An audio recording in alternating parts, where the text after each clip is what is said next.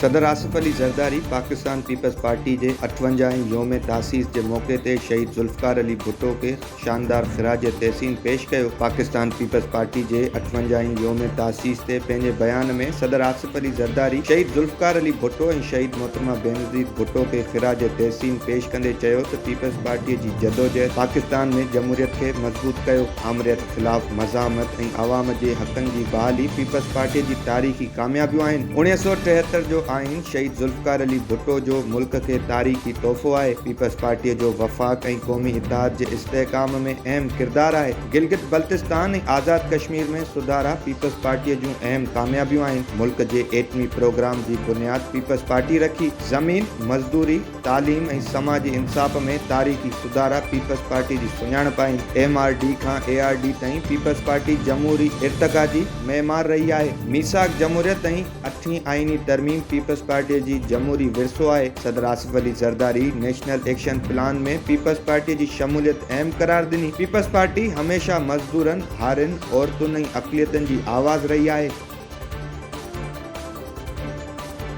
सिंध के वॾे वज़ीर सैयद मुराद अली शाह पाकिस्तान पीपल्स पार्टी के 58 योम तासीस के मौके ते पंहिंजे बयान में पीपल्स पार्टी के तारीख़ी मिशन और अवाम की जदोजहद के उजागर कंदे चयो त पीपल्स पार्टी हमेशा अवाम के हक़नि और जमहूरियत लाइ जदोजहद कई है। शहीद ज़ुल्फ़िकार अली भुट्टो और शहीद मोहतरमा बेनज़ीर भुट्टो के मिशन ते अमल करण पार्टी जो अज़म है। उन योम तासीस ते अवाम कारकुन और क़यादत के मुबारकबाद दिनी। जमहूरियत की बालादस्ती, आइन जो तहफ़्फ़ुज़ और अवाम की हुकूमत पीपल्स पार्टी जा बुनियादी मिशन में शामिल आहिनि। पाकिस्तान पीपल्स पार्टी की कामयाबी जो राज अवाम के ताकत जो सचश्मो समझण है और क़यादत की जदोजहद मुल्क की सियासत के एक नई हिदायत दिनी है।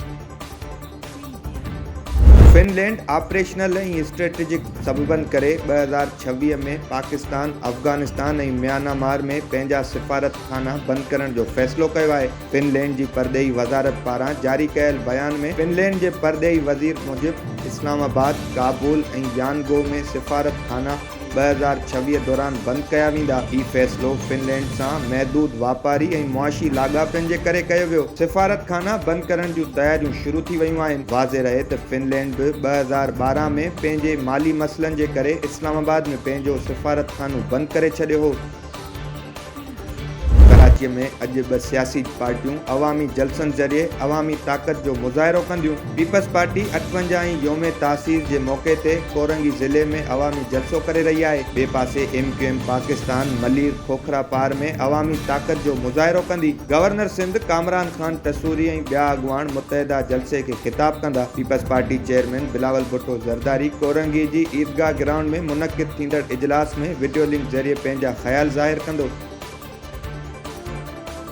मिस्र के परदेही वज़ीर और नायब वज़ीर आज़म इसहाक़ डार गडियल प्रेस कॉन्फ्रेंस कई है। नायब वज़ीर आज़म इसहाक़ डार मिस्र के परदेही वज़ीर के पाकिस्तान दौरे जो इस्तक़बाल किया। इसहाक़ डार चयो त बिन्ही मुल्कन के विच में मईशत, दिफ़ा और ॿियनि शोबन में तावन वधी रहियो आहे। मिस्र के परदेही वज़ीर जो दौरो गडियल मक़सदन के हासिल करण में मददगार साबित थींदो। मिस्र के परदेही वज़ीर पाकिस्तान की शानदार मेहमान नवाज़ी जो थोरो अदा किया। हुन वधीक चयो त हू पाकिस्तान से लागापियन के वधीक वधाइण जो ख़्वाहिशमंद है। बिन्ही मुल्कन गडियल चैलेंजेस के मुंह ॾियण लाइ पंहिंजे अज़म के वरजायो और दहशतगर्द हमलन में जानी नुक़सान ते अफ़सोस जो इज़हार किया।